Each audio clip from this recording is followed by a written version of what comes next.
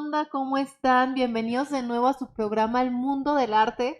Estoy muy contenta de poder platicarles de un nuevo tema, de otro chismecito. Ya saben que venimos con la línea de Japón, entonces quiero cerrar con un tema también de Japón que espero que les encante y que les llame la atención tanto como me lo llamó a mí. Hoy les voy a hablar del teatro Kabuki. Yo recuerdo mi primera experiencia viendo este tipo de teatro y honestamente cuando lo vi dije, ¿qué es esto? No me gusta, no le entiendo. Hay veces, o bueno, generalmente nosotros rechazamos lo que no entendemos, ¿no? ¿Por qué? Pues porque no tenemos un vínculo, un lazo, no nos llama la atención o nos frustra no comprender lo que estamos mirando. Y eso me sucedió la primera vez que lo vi. Dije, ay, sí, muy artístico y patrimonio y todo, pero como que no logro conectarme con eso.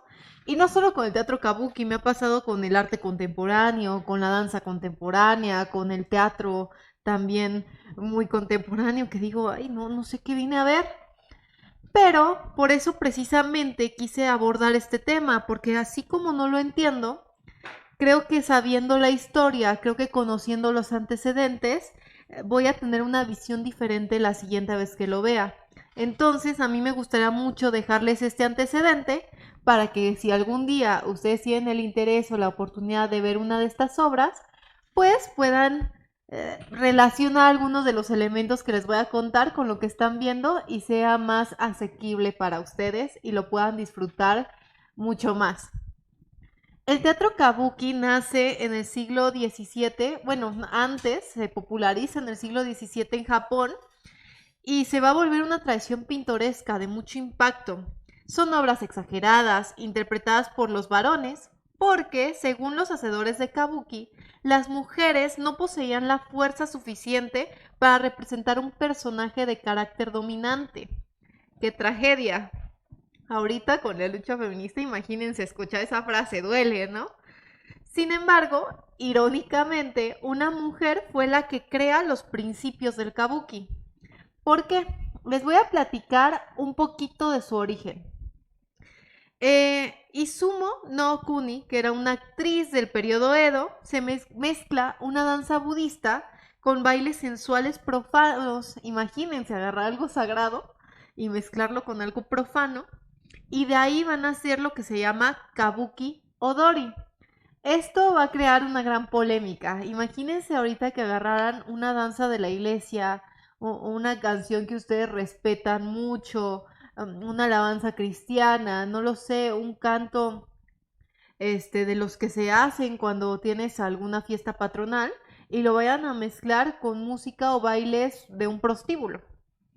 O sea, sería un escándalo, ¿no? O sea, que se metan con algo que adoras y lo mezclen, pero finalmente esta mujer se atreve y es lo que hace, crea, agarra algo sagrado con lo algo muy profano y nace algo totalmente único, nuevo, como es esta danza kabuki y pues ese es el punto clave y el momento de surgimiento de este género teatral. Los movimientos eran sugestivos, vestuarios extravagantes y espectaculares. Era una danza, cabe recalcar, totalmente profesional. Pero, bueno, esta mujer que lo crea más bien era una profesional, era una bailarina profesional. No hacía más que bailar y combinar y crear en base a estas dos ramas que une. Sin embargo, como se vuelve tan popular, como se vuelve algo tan llamativo, lo empiezan a copiar las prostitutas. Entonces se empieza a meter a otros lares, ¿no? A barrios bajos de la ciudad y pues va a crear todavía más polémica. Creo que algo similar sucede con las geishas. O sea, las geishas eran muy populares en su momento, súper estudiadas y cultas, pero las prostitutas empiezan a cuidar el maquillaje, a copiar el maquillaje, y entonces se empieza a asociar, ¿no? Con algo negativo este movimiento. Eso mismo va a suceder con el kabuki, se va a empezar a asociar con algo completamente negativo, como es la prostitución, sobre todo en un momento en que estaba tan satanizado este tipo de conductas, este tipo de comportamientos, porque estamos hablando de siglos antes, en la que todo era un estigma, ¿no? Entonces es muy complicado en el momento en que se da esto. En 1929 queda prohibido para las mujeres pero se sigue representando por varones. Los papeles de las mujeres los hacían hombres apuestos, ¿no? Y pues debo destacar que también muy jovencitos, ¿no? Porque pues cuando un joven se está desarrollando tiene sus facciones más finitas, más delgadito, entonces quedaba mejor con los papeles femeninos. Sin embargo, la autoridad lo prohíbe por promover la homosexualidad. Decían que estos jóvenes y todos pues atraían a los hombres, entonces que después los hombres iban a querer acostarse con los otros hombres y entonces pues ya todo el conflicto de autoridad y queda totalmente prohibido. Sin embargo, unos años después, en 1653, se vuelve a permitir bajo dos condiciones.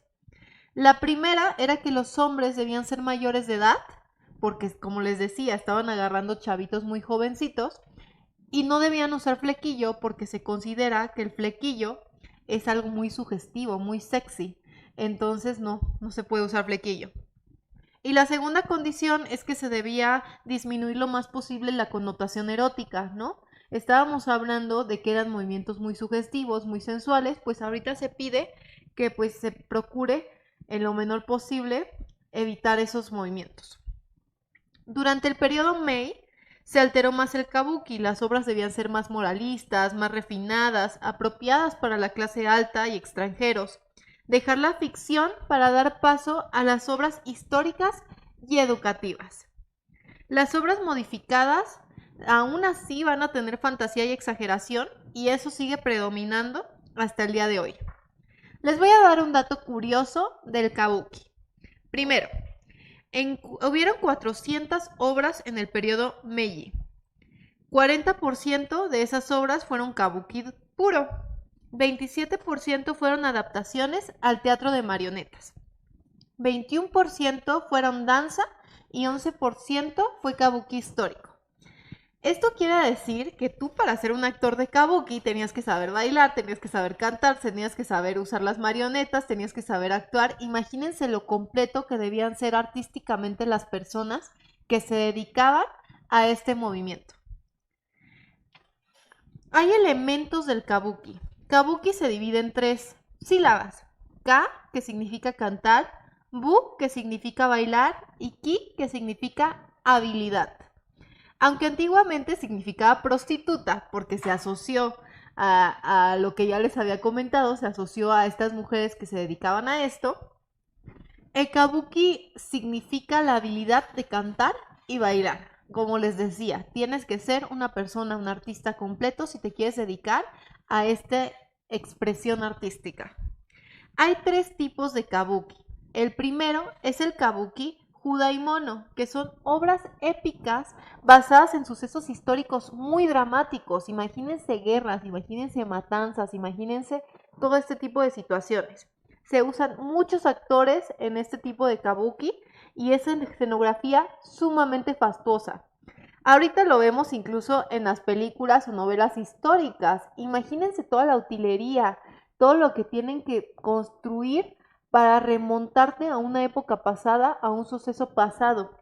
En las escenas de guerras, por ejemplo, que vemos en las películas, ¿cuántos caballos salen? ¿Cuántos guerreros salen? Las armaduras. Es muy complejo recrear algo histórico y este teatro pues también requería de muchos elementos para poder evocarte a otras épocas.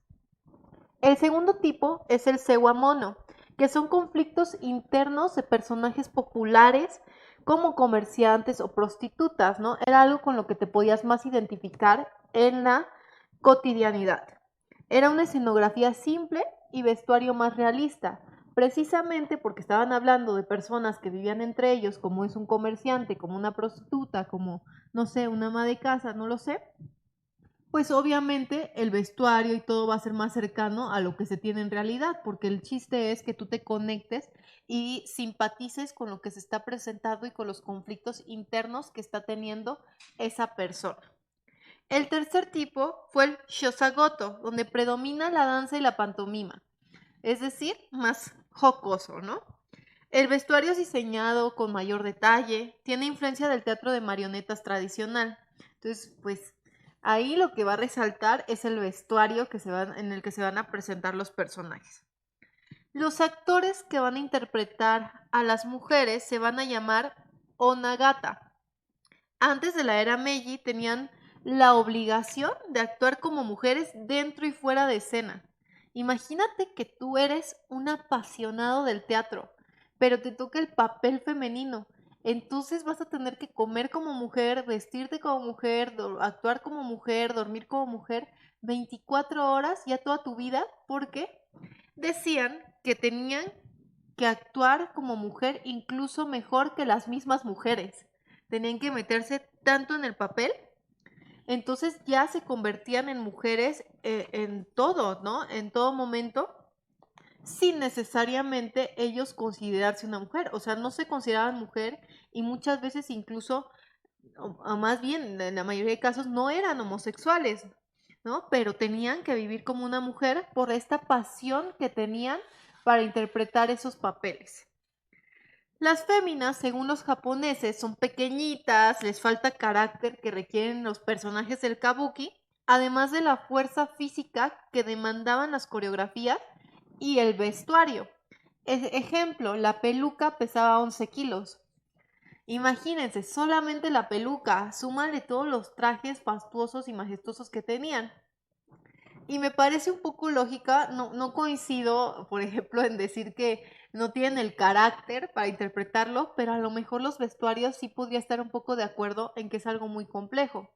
Por ejemplo, una similitud que podría yo encontrar entre en Oaxaca, es que no vemos mujeres danzantes de la pluma, porque los penachos pues son sumamente pesados, ¿no? Entonces yo comprendo que aunque sí se puede y no dudo que haya mujeres que lo puedan hacer, es más demandante porque morfológicamente, fisiológicamente, tenemos una estructura diferente a los varones y lo cierto es que estamos acostumbrados a que los hombres carguen más. Por ejemplo, en tu casa, si vives con el marido, ¿quién carga el garrafón? Entonces, un poco sí coincido en eso de que los vestuarios eran muy pesados. Que ya ahorita con las innovaciones que hay y demás, pues ya le permite tomar un papel a las mujeres, ¿no? Que ya no es tan complejo como en ese momento. El teatro era dirigido a las masas. La trama no era tan importante cuando llega este teatro dirigido a las masas como los detalles, ¿no? Que fuera un placer sensorial, que te fascinaran las escenografías, los elementos artísticos, la capacidad de los actores para transportarte a mundo de la ilusión, al mundo de la fantasía. Se fusionan los principios del simbolismo y el impresionismo para que lo irreal parezca real y se estimule la imaginación. Es una forma de teatro barroco, que por eso, bueno, siendo de esta similitud, se le va a llamar el teatro shakespeariano del Oriente. Y sí, cuando pensamos en el teatro barroco, también pensamos en, majestuosidades, ¿no? Cuentan que incluso metían, bueno, una vez en la carrera me platicaron que incluso en una presentación metieron delfines en el teatro. Imagínense ir tú a ver una obra de teatro y que veas ahí delfines y todo, de las cosas tan majestuosas que se hacían. Incluso en las iglesias, en el periodo barroco, pues tú pensabas que te estabas viendo a la divinidad por los vitrales y la forma que entraba la luz y se hacía también una puesta en escena, cómo se abrían, ¿no? Los retablos para presentarte y en ese momento el rayo de luz entraba a través del cristal. Entonces, así de impresionante va a ser, sin ser nada parecido, lo de Japón, porque Japón pues es una cultura totalmente diferente, incluso hasta el día de hoy vemos que las tradiciones son muy diferentes, la forma de vestir, los estereotipos de belleza, todo es muy diferente, sin embargo, no le quita la fastuosidad tan grande que hubo en ese momento, tan importante como va a ser la fastuosidad barroca, ¿no? Las técnicas y el escenario, vamos a hablar un poquito de eso. Hay una técnica que se llama Damari, que es basado en la pantomima y el drama europeo.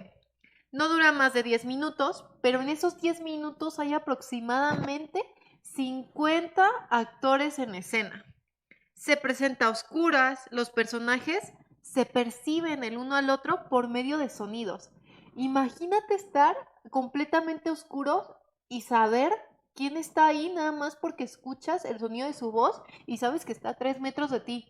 Yo no me imagino si mi casa la conozco y cuando está a oscuras me ando tropezando. Imagínense tú estar actuando con 50 personas más y únicamente basado en el sonido, ¿no? Impresionante. Hay otra técnica que se llama Tachimawari, en lo que se significan peleas no convencionales, cabe destacar. El coreógrafo se llama Tateshi y los que participan en este tipo de obras tienen que tener un entrenamiento especial como los de Tumbling Studio. Es decir, tienen que entrenar como gimnastas, o sea, muy similar a la gimnasia para poder hacer las acrobacias que demanda este tipo de representaciones. O sea, volaban por los aires, se aventaban, casi tipo Circo Soleil. ¡Qué maravilla! Imagínense la preparación. En el teatro japonés se integra al recinto teatral. El recinto teatral siempre va a ser muy importante y es importante destacar que generalmente, si no es que en toda ocasión, tiene que ser un teatro monumental, un teatro grande, precisamente por los elementos que ya se les he dicho. Se hacen escenografías impresionantes, se montan a tantos actores en escena, los vestuarios son muy fastuosos, pues todo eso requiere un escenario que también sea fastuoso y que pues quepa, ¿no? Todo lo que se tiene que integrar en esta representación teatral. La sincronía debe ser perfecta para no causar accidentes. Imagínense en estas batallas que les estoy diciendo que tienen que ser con gimnastas y todo, que es en vivo, no como ahorita que en las películas pues te cogen un cable y puedes editar y todo. No, en ese momento en vivo, si alguien no está en su posición donde debe estar, puede haber consecuencias graves, alguien herido, alguien muerto, no lo sé.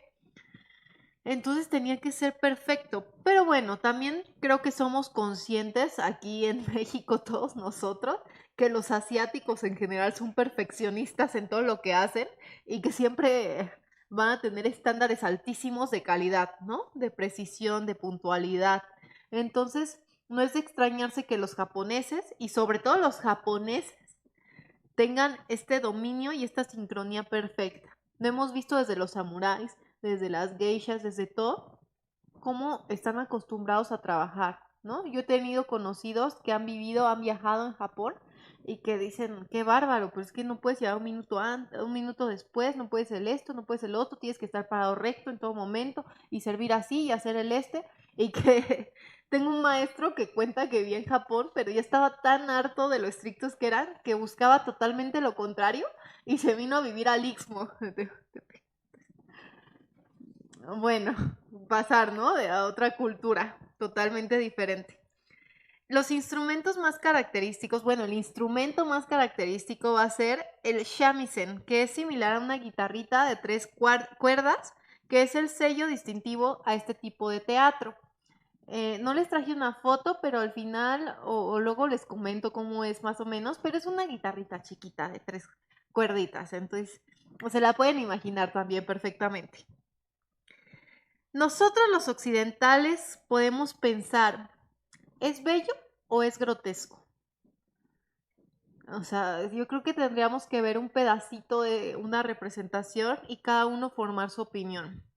Yo admiro mucho los vestuarios, yo admiro mucho la precisión, yo admiro muchísimo el arte que conlleva, la disciplina que conlleva, pero honestamente a mí me parece que grotesco, no es el tipo del teatro que estoy acostumbrada a ver, que me gusta, entonces me ha costado mucho y no lo he disfrutado cuando lo he visto. Entonces les dejo ahí de tarea que busquen un pedacito y que me digan ustedes qué opinan. ¿Les parece bonito? ¿Les parece feo? ¿Les parece entretenido? ¿Les parece aburrido? Y que saquen su propia conclusión para yo no sugestionarlos, ¿no? Con la mía. Es complejo las expresiones de Japón. Incluso pensando en lo grotesco de Japón, también me lleva a pensar en la danza Buto. La danza Buto también es una danza japonesa, es una danza japonesa que nace después de las bombas que se tiran. Ah, miren, ya nos pusieron la guitarrita para que la vean.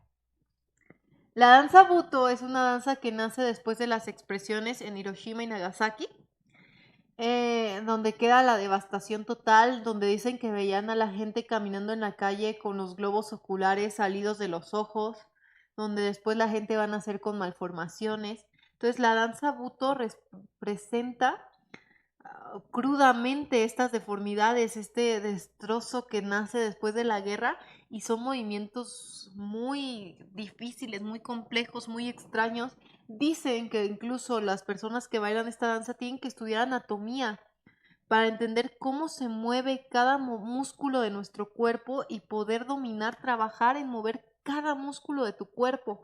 Si imagínense poder mover, no lo sé, el empeine. O sea, que de repente se mueve el empeine sin que muevas el dedo. O sea, cosas tan complejas, pero que las ves y son desnudos en danza buto, pero que las ves y te parece grotesco, incluso agresivo, complejo. Incluso es una filosofía de vida.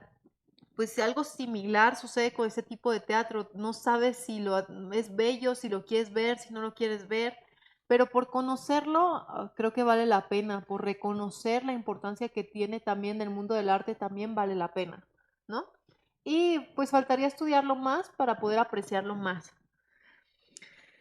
Línea roja, línea azul. ¿Qué es esto? Este es el maquillaje. Ellos ocupan muchas líneas y muchas líneas rojas y muchas líneas azules en la forma de maquillarse. En pantalla vemos algunos ejemplos, pero los personajes, esto es para representar a personajes con poderes sobrenaturales. Este maquillaje se llama kumadori y se considera el espesor de la pintura, el color, el número de líneas.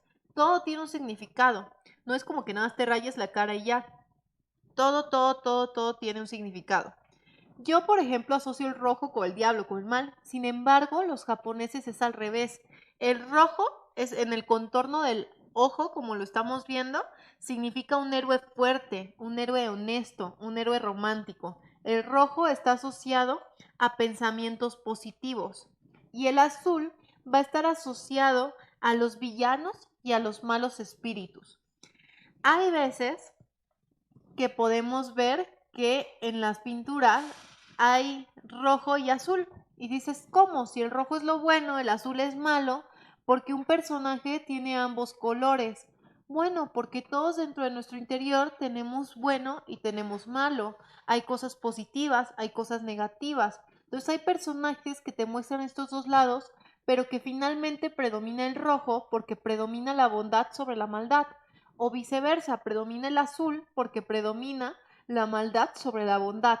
Qué bonito que a través de la pintura tú puedas ver esta dicotomía, ¿no? Entre el bien y el mal, este yin y el yang, que puedas apreciar este tipo de cosas. Es tan importante este movimiento teatral, es tan importante este género a nivel mundial, como les digo, para la historia, la evolución del arte, que en 2005 el teatro kabuki se proclama Patrimonio Cultural de la Humanidad Inmaterial por la UNESCO. Creo que lo dije en diferente orden las palabras, pero se entiende, es patrimonio inmaterial porque es una expresión teatral y es para todo el mundo por su relevancia en el mundo del arte. Les voy a dar algunos datos curiosos del teatro kabuki. Primero, hay gritos. De repente imagínate que tú estás en el teatro y alguien atrás de ti empieza a gritar. Pues tú te sacarías de onda, ¿no? Porque pues, aquí, incluso en el teatro, tú tienes que estar muy callado, ¿no? Muy formal y no aplaudir entre las escenas porque no se debe, ¿no? Muy callado. No, allá hay personas que se dedican a gritar al fondo del teatro y ese es su trabajo. Tienen que gritar el nombre del autor en el momento oportuno. Pero ojo, tiene que ser en el momento oportuno. Ellos deben saber en qué segundo gritar el nombre del actor. ¿Para qué? Para alentarlos y porque enardecen al público. O sea, lo tienen tan dominado que dicen que cuando ellos gritan este nombre, la gente se levanta en una ovación porque se llenan de emoción. Estas personas se llaman Omuko y son de una organización que se dedica exclusivamente a tener personas que griten en esas obras de teatro. Aquí como nosotros contratamos a las mujeres que lloren en los funerales, pues ellos contratan a las personas que griten en el teatro. Tienen que estar bien alejado en el fondo y de hecho eso significa Omuko, bien alejado. Y dominan el arte de gritar en el momento oportuno, porque creo que si yo lo intento, yo arruino la atmósfera, ¿no? Gritando y todos volteando, y está loca, ¿qué le pasa, no? En cambio ellos, aplausos, aplausos, maravilloso, y todo para arriba, la emoción. A ellos no les pagan por hacer este trabajo, pero su paga es que pueden ir gratis a las obras de teatro, ¿no? Ah, Entonces ellos felices porque son apasionados también de este tipo de teatro. Y es importante mencionar que ellos nunca van a arruinar la obra, sino la van a mejorar. Entonces son como parte, ¿no? De este folclore, de esto que combina esta expresión artística. El segundo dato curioso es que hay ayudantes invisibles. Se llaman kurogo y se visten de negro y se tapan la cara también con un velito negro. El rostro cubierto, todo cubierto, las manitas cubiertas, el cuello cubierto, totalmente de negro. Entonces, cuando el artista tiene que alcanzar algo y no puede o necesita ayuda en acrobacia y todo, ellos llegan y te pasan la cosa, ¿no? Como, uy, voló la botella hacia mí y la agarré. Obviamente no son invisibles, pero los asistentes fingen que no los ven. Es como, ay, le pasó levitando. Entonces tú ya sabes que si vas a ir a ver esa obra, tú haces como si ese no existiera y las cosas solitas se mueven. ¿No? Me da mucha ternura imaginar que todos hacen como que, ay, no lo vi. Así. Entonces está muy bonito, ¿no? Eso. Y pues se necesita, incluso nosotros tenemos eso en el teatro de marionetas, cuando están moviendo, no sé, los dragoncitos o las cositas, pues hay gente vestida de negra que lo está moviendo. Los actores son versátiles, ese es otro dato. Es decir, podemos ver un actor en un dorama, ¿no? Que son todas estas novelas japonesas super cursis que ahorita están de moda, ¿no? En el que le tocó la mano a la chica, le dio un beso de piquito, se tienen que casar. No, no, la abrazó. ¿Cómo la va a abrazar, no? Estos doramas que están de moda en Japón, pues muchos de estos guapísimos de los que te enamoras también participan en el teatro kabuki. Entonces imagínense el dominio que tienen de todo para pasarse de ser el chico tímido de la secundaria que se enamora a papeles tan complejos como los demanda este género teatral. Les voy a poner ejemplos de artistas que a lo mejor conocen porque fueron películas famosísimas y buenísimas que tienen que mirar si no las han visto. Por ejemplo, Nakamura Shishinosuke II fue el que actuó de emperador en El último samurái. Él también es un reconocido del teatro kabuki. Y también Kabuki Nakamura de Sin Miedo de Jet Li. No sé si han visto esa película de Jet Li, que es un niño asmático y luego crece y se vuelve el mejor guerrero, pero se desvía y luego se tira en un río. Bueno, está muy buena. Véanla, es una joya de película, de verdad. Yo la puedo ver de 10, 11, 12, 13, 14 años, 24 que tengo ahorita, y la sigo adorando esa película, aparte de que te deja muchas enseñanzas. El chiste es que ahí sale un japonés precioso, mandado a hacer, guapísimo. ¿No te acuerdas del que pelea contra Jet Li al final? Que el que es todo un caballero, está precioso. Pues ese que pelea contra Jet Li también es un actor reconocido en el kabuki. Entonces es muy versátil, ¿no? Los que actúan, interpretan estos papeles. El siguiente dato curioso es que los nombres se heredan. Por ejemplo, tienes un nombre artístico, no lo sé, díganme un nombre japonés. Yako. No sé, tienes un nombre. Ojalá no esté diciendo yo una grosería en japonés, pero bueno, lo estamos viendo en México, ¿no? Heredan. Entonces, si tu papá se llamaba así, tu bisabuelo se llamaba así, tú vas a heredar ese nombre. Y ese momento en el que lo heredas es muy importante para la carrera de los artistas que se dedican a esto. Un equivalente que se me ocurre en México es que, por ejemplo, tenemos al santo y al hijo del santo, ¿no? Heredan la máscara, heredan el título y heredan la fama que tenía su padre, ¿no? Entonces se va transmitiendo de generación en generación. Pero es tan importante que hacen una ceremonia que se llama Shumei, en el que se va a hacer esta declaración de que se les está pasando la fama y el legado familiar de esta tradición tan importante y va a ser un punto importantísimo en la carrera de ese actor.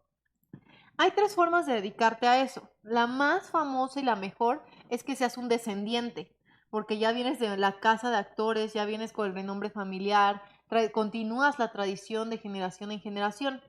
La segunda es de reforma de recomendaciones. Creo que en el mundo, en todo, pues, ayudan las recomendaciones, ¿no? O sea, para conseguir un trabajo, para entrar a la escuela, para ser samurái, había recomendaciones. Entonces, hagan contactos, chicos. O sea, todos los que vean, hagan contactos y buenas relaciones para que los recomienden en todos lados. Entonces esa era otra forma. Y la tercera forma, que era la más difícil en la que podías destacar, era con años, años, años de demostrando que eras perfecto y capaz. Entonces, una frieguísima, ¿no? Para hacerte un nombre ahí sin haber sido recomendado o de un legado familiar. El siguiente dato curioso es que en muchas obras se utiliza el lenguaje antiguo japonés. ¿Por qué? Porque como les estoy diciendo, se basa mucho en fantasía y se basa mucho en tradiciones, en representaciones más bien históricas. Entonces, ocupan el lenguaje antiguo, los modismos, todo lo que se utilizaba mucho antes, siglos antes en Japón.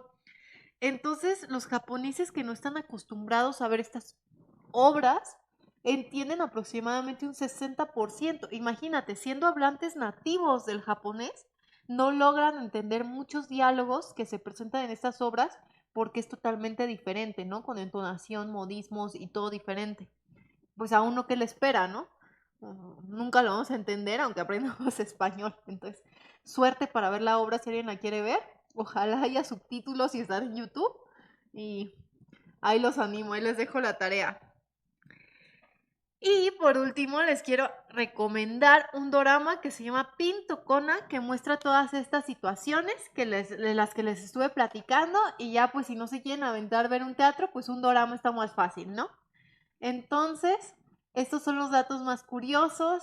Hay muchos otros, pero pues no les puedo hablar eternamente de este movimiento y me tendría yo que estudiar también muchos más libros para poder expresarles más cosas. Pero espero que estas les haya parecido interesante, les hayan gustado, les haya llamado la atención.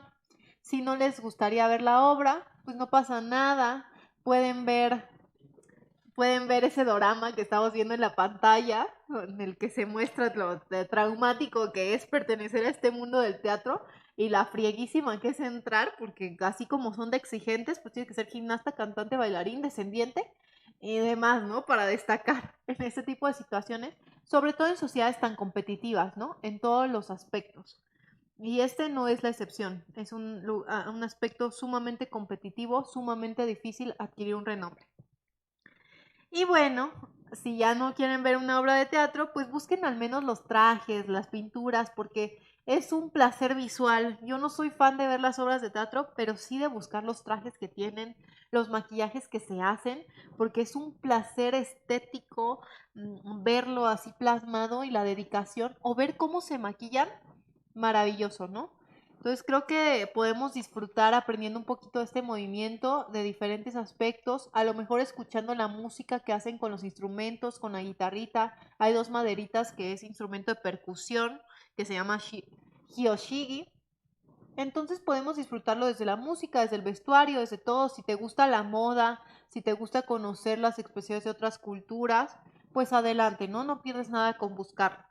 Les deseo lo mejor, espero que les haya gustado este tema. Con este tema cerramos lo que es la serie de Japón y les deseo lo mejor del mundo. Les mando un abrazo.